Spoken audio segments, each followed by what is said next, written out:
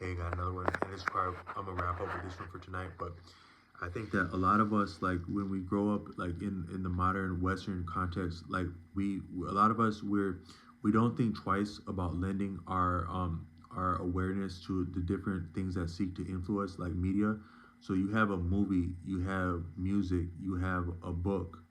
The person that wrote that specifically intended to influence you, that is to fundamentally change you, change something you value, change something you enjoy, change something you experience, to somewhat alter you to their liking, to their passion, to their interest, to their intention. A person who would present you with a artifact of media, howsoever artistic or enlightening or educational or informative, they yet sought to influence you. And that's no different than someone that wants to be the biggest, baddest commando. What do they want to do with all that violence, that in that capacity? Yes, they want to serve an objective, but what is the objective? Power, control, isolation of advantage. That is influence. That's military. That's that's um, media. That's science. That's education. That's the service industry. That's amenities. That's so many things. Is just want power. That is influence. Is the finest aspect of that. So anyone who wants it, what is politics? Influence, power. So all of us, we all want influence, power, but we go about it differently. And some people just want it directly. Some people would like actually like have a stable job and like contribute to like a community. And now you have relationships standing. That is a name. That's a degree of influence, but it's very sober and calibrated and very maybe humble and useful and valuable. Your influence in that and just being an upstanding, simple, humble person, that might be the greatest influence. What kind of example could you lead being a stable, sober, kind, friendly, helpful, professional, efficient, productive person? How much influence could you not have around a young person, around a person your age, around a person older than you, like that? But you do something artistic or political or even maybe scientific or educational or intellectual or whatnot, or challenging or physical or athletic. Sometimes you're just asking for influence. There was a scene in one of the James Bond films where he was like, his James Bond's always trying to get something done the most difficult, complex, sneaky way. But he was saying, man, when you go up there, just don't ask for the keys to the bomb. He said that in one of the James Bond films. I think that was Pierce Brosnan in one of the older '90s films. Yes, when you get your hands on the bomb, just don't go ask for the bomb. James Bond taught us that.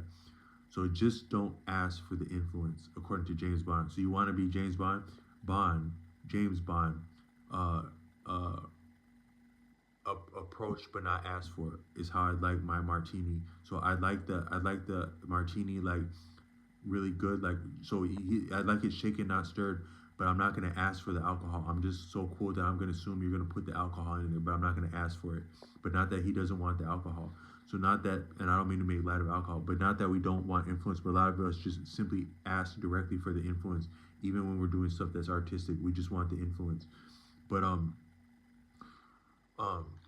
but there's nothing wrong with having influence because I think we can't get around having a sufficient or deficient level of influence, and we suffer and enjoy from that, and we all want to enjoy things and not suffer things, and influence is part of that. So no one is more or less interested in influence, I don't think, but people go about it differently. But a lot of these things, like these allegories in movies and books and whatnot and stories in modern times, they don't necessarily serve us, and they can give us the wrong idea about things in like a superficial something that's just a little bit too easy. So a lot of people would say like the devil, this and that. And one time my father told me about like a story of like some of your great guitar players in the South. Some of them were so good in the past that they were thought to have sold their soul to the devil to be that good. And I think that if you think about what it takes to be good at something, it's tantamount to selling something because you can't really get stuff without sacrificing. But in allegory, I think they make the devil, what's called the devil, more simple-minded and more a little bit childish than people would say. Like this thing that has time to worry about other people and try to like intervene and interfere with over people. I think they make the devil a little bit more wicked than the devil would have to be the devil.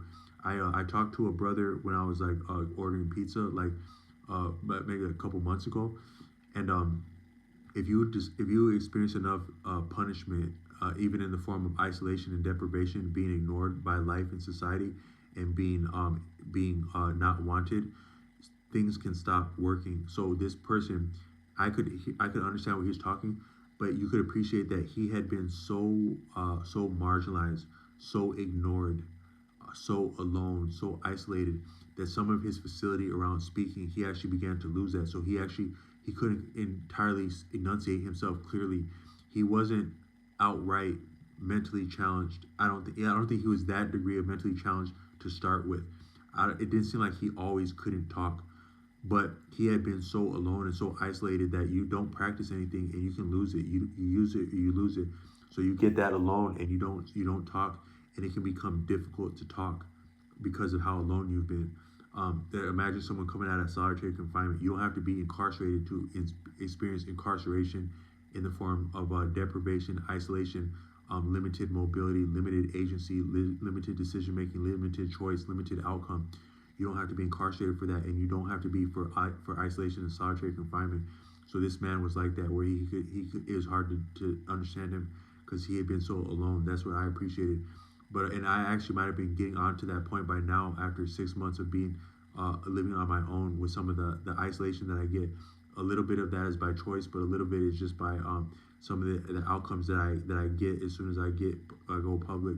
I can get shunned. Like that man had been shunned on some level, economically, socially, family, personally, professionally. That man had been shunned like that, and it was difficult for him to talk. But I have the grace of like doing content like this, and then I have some dealings like as a professional, like delivery, like 1099, where I engage people more than I would if I wasn't doing that. But this might be a grace in allowing me to talk and enunciate and stay coherent and verbal. But that man was difficult to speak. But one thing that I could understand he was saying is that he was saying people talk about the devil, but the treatment that he gets walking into a venue, whether he has money or not, when he walks in somewhere to pay something, to be around other people, he's unwanted. He's unwanted. And to him, the way people treat him, the way people having their first job, their first time behind a desk at a teller, people who's been living a lot, people on the sidewalk, that treatment that he got, he said that's wicked, that's worse than the devil. He said they being shunned like that, being ignored like that, being treated like that, that's worse than the devil. But it doesn't mean that the devil doesn't have anything to do with getting a person into a position like that, or maybe the values that people have that would treat people like that.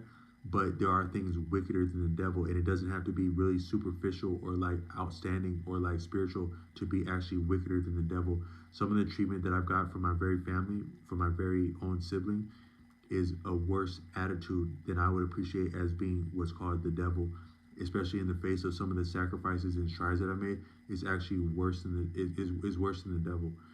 And then but so you think the devil is like, even people like that? So like when my family treats me like that, did they sell their soul at some point to talk like that? I don't think that would be worth the bargain. So it's like all these people are like, oh yeah, such and such must have sold their soul or would have to sell their soul. I think if you really met the devil, it'd be like, yeah, man, so you got all these people trying to sell their soul, but the thing is that it had already been corrupted, so it's actually not as valuable as they think it is. Because a lot of people think that their stuff doesn't stink and that their stuff is more valuable than it actually is at this point. But it's not. It's not that valuable, and it's actually not worth the goods or the services that they want. So it's not so much the soul that the devil is interested in, man. That's old news, man. And most people, it's not that they had that bad of a deal. It's that they wanted the money, and the money's already bloody because it had to be stolen somehow. It had to be. It's zero sum actually, so it had to come from somewhere. So the money had blood on it, and they wanted that money, so they had to make like a dirty like bargain, and they just got what they asked for. Is all that they got. But I don't see that for you, man. I don't. And on top of that, they wanted sex or whatnot. They wanted like sexy stuff, but that's already been done before, man. People have been doing that for a long time. There's a lot. They all came from sex, so people were already sexing. So that's actually not that new. It's not any newer than the wheel or any more of an invention.